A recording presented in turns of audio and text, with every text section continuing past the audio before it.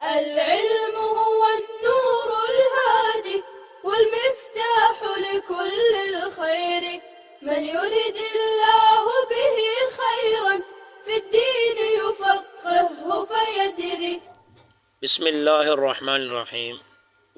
والواو للقسم، آج ہم واو سے ترجمہ و ترکیب کریں گے۔ والواو للقسم، اور واو قسم کے لیے ثابت ہے، نہ ہو جیسے واللہ لأشربن اللبن، اللہ کی قسم میں ضرور بضرور پیوں گا دودھ۔ وقد تکون بمعنی ربا، اور کبھی واو ربا کے معنی میں ہوتا ہے، نہ ہو جیسے وعالمی یعمل بعلمہ، اور بہت ہی کم ایسے عالم ہیں جو اپنے علم پر عمل کرتے ہیں، ان سے میں نے ملاقات کی، ان سے میں ملا۔ تو یہاں جو واو ربا کے معنی میں ہے تو اس کا جو جواب ہے لقیت، وہ محذوف ہے، محذوف۔ تو واو قسم کے لیے ثابت ہے،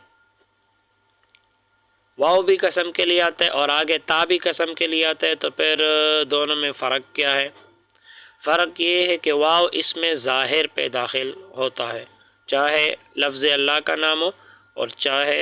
لفظ اللہ کے علاوہ کوئی اور نام ہو، جیسے والعصر والتین والزیتون، اور تا صرف لفظ اللہ پہ داخل ہوتی ہے، تاللہ، اللہ کی قسم۔ والواو للقسم، واو استینافیہ، الواو مرفوع لفظا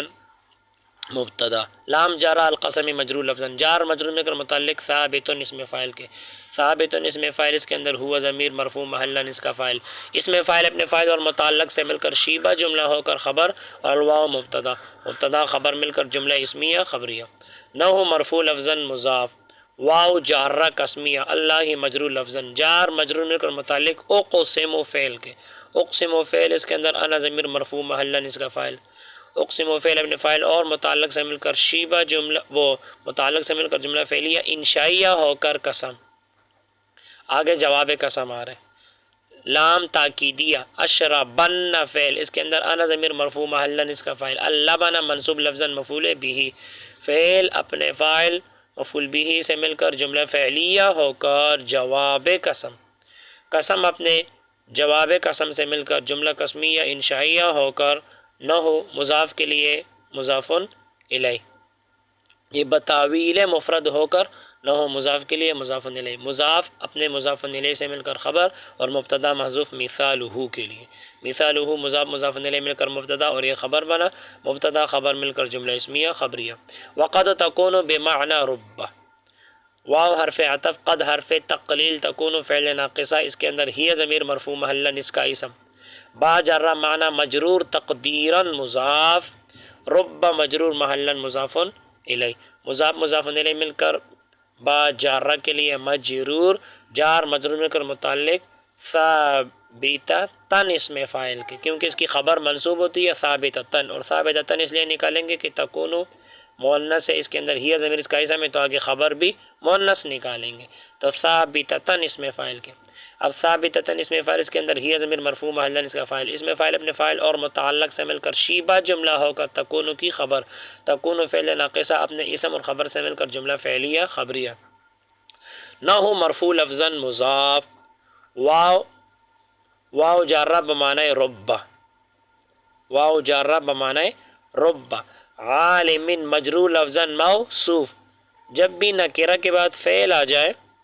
دیکھو عالم نکرہ اس کے بعد فعل آ رہے، تو عام طور پر یہ جو نکرہ ہوتی ہے یہ موصوف ہوتی ہے اور یہ فعل اپنے فاعل وغیرہ سے مل کر اس کے لیے صفت ہوتی ہے۔